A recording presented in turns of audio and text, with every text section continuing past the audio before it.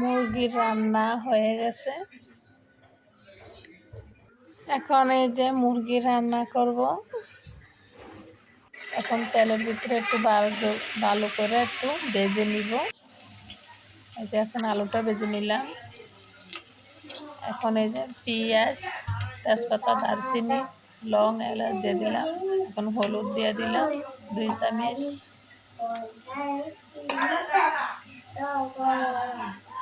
এখন লবণ দিয়ে দিব 2 চামচ।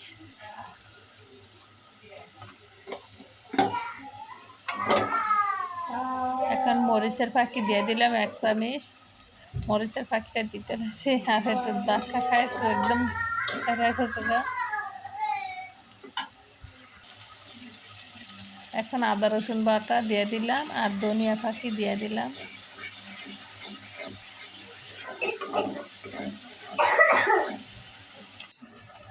মশলাটা ভালো করে কষায়া এখন এই যে কাঁচা জিরা বাটা দিয়ে দিলাম। আবার মশলাটা ভালো করে কষায় নিব।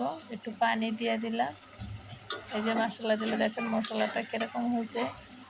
মশলা ভালো করে কষাইলে মাংস খেয়ে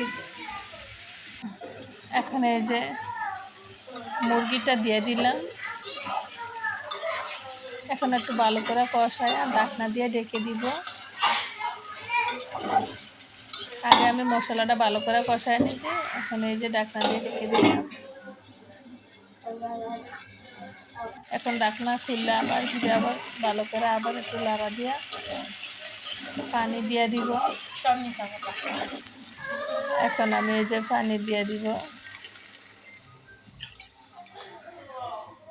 পানিটা দিয়ে ভালো করে একদম একটু লাড়া দিয়া তারপরে আবার একটু ঢাকনা দিয়ে ঢেকে দিলাম। এখন টালা জিরা ফাঁকি দিয়ে দিব।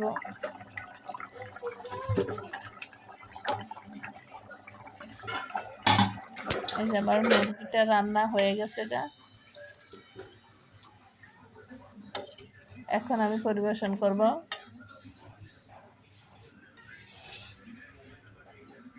এখন এই যে আমি পরিবেশন করতেছি।